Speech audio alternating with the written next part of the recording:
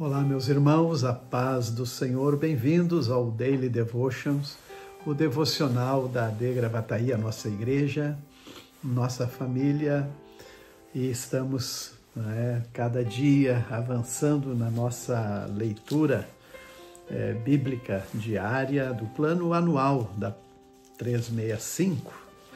Hoje, no dia 175, esse 24 de junho, onde no segundo livro de Reis, capítulo 6 e 7, no Antigo Testamento, nós também estamos observando que a narrativa bíblica ela está bastante focada, no ministério do profeta, o profeta Eliseu e as maravilhas, uma operação de maravilhas na vida do profeta Eliseu, de revelação, que se manifesta no poder do Espírito de Deus na vida deste homem. Algo muito espetacular. Primeiro, vai contar sobre os profetas que estão buscando um lugar mais amplo para eles se reunirem. Era chamada a escola de profetas. E eles precisavam de um ambiente maior de onde eles estavam e sugeriram a Eliseu fazerem um local adequado junto à beira do Rio Jordão.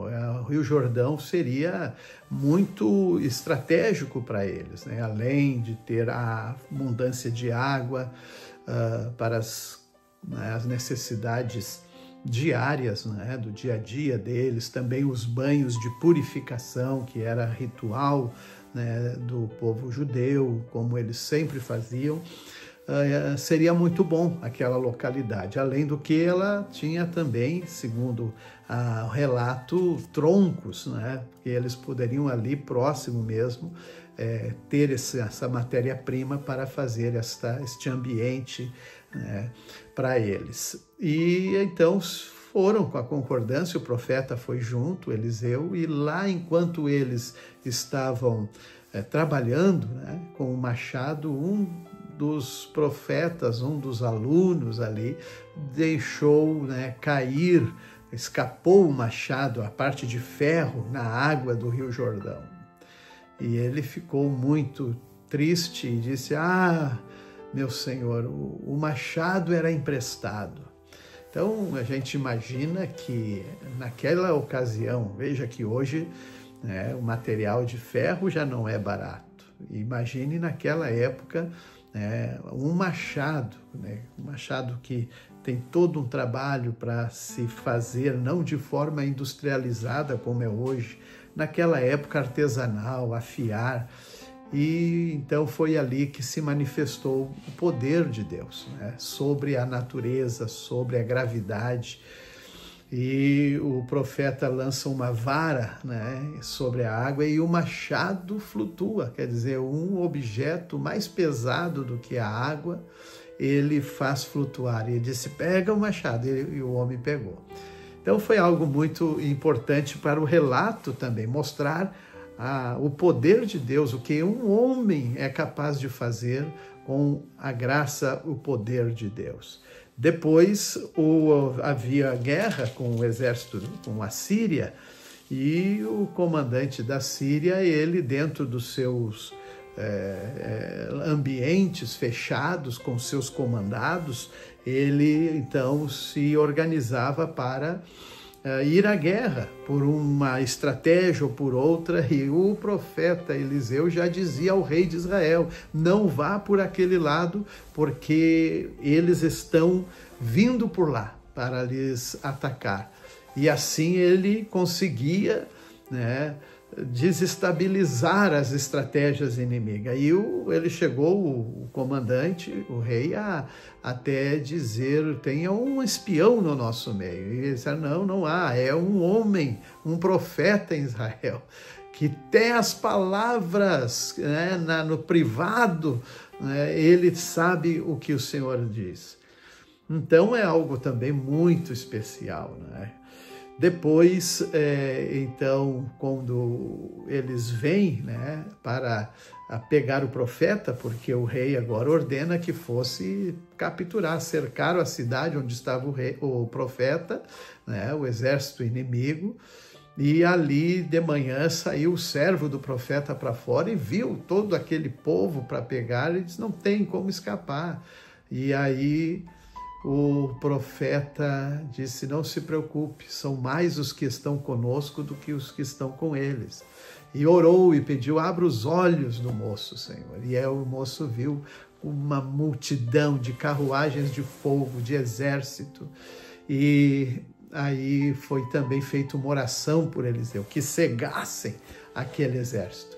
E cegou. E ele conduziu, o próprio Eliseu, conduziu eles até Samaria. E colocou nas mãos do rei de Samaria. E ele disse, eu devo matar? Não, não foi tu que capturou. Dê comida para esse povo e manda eles embora. E assim foi feito.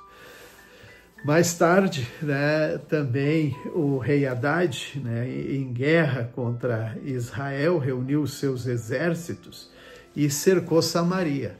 E ficaram em situação terrível em Samaria. Né? No cerco, não podia nem entrar, né, comida e tudo que tinha foram consumidos, estava uma fome terrível e a cidade cercada. Que história extraordinária, chega a ser até comovente, porque não tinham mais, veja que duas mulheres, uma gritou ao rei que passava por cima do muro, rei, faz alguma coisa, qual é a causa? Nós combinamos, eu e essa mulher, que hoje eu mataria o meu filho e nós o comeríamos. E fizeram cozido. E no outro dia, a outra mulher não fez como foi tratado. Aquilo deixou o rei, que ele rasgou as suas vestes. Não é? Imagine que situação extrema, né, estava vivendo aquele povo.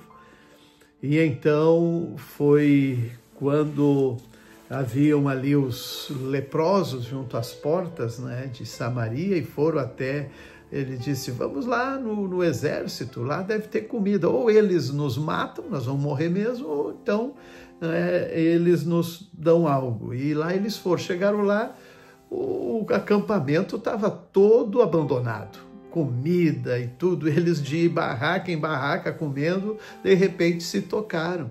Vamos lá, esse é dia de boas novas, vamos contar na cidade que o exército fugiu, foi embora. E foram, contaram lá na cidade ao rei e eles, até o rei duvidou, poderia ser uma cilada, mas os seus espias foram e perceberam de fato que o exército sírio tinha ido embora, porque eles ouviram, Deus os fez escutar, né?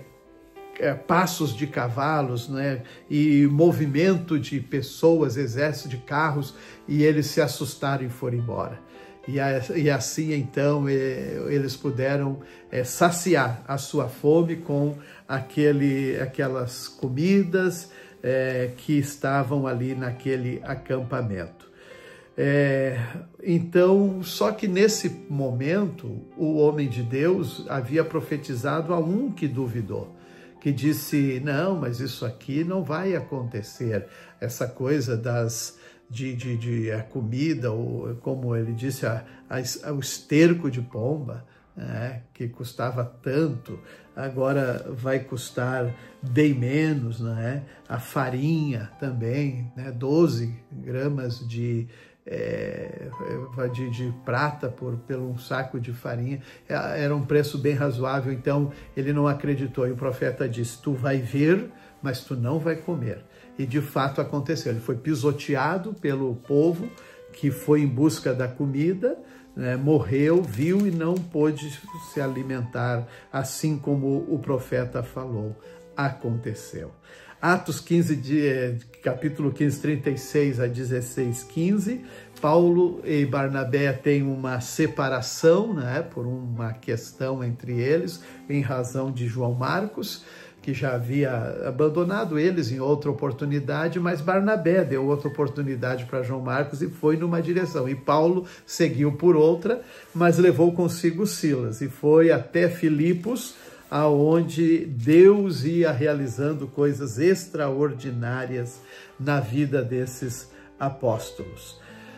Assim que o Salmo 142, ele fala também, né, da vida do salmista Davi, que estava em solidão, solitário, e rogando que a mão do Senhor tirasse ele daquela situação.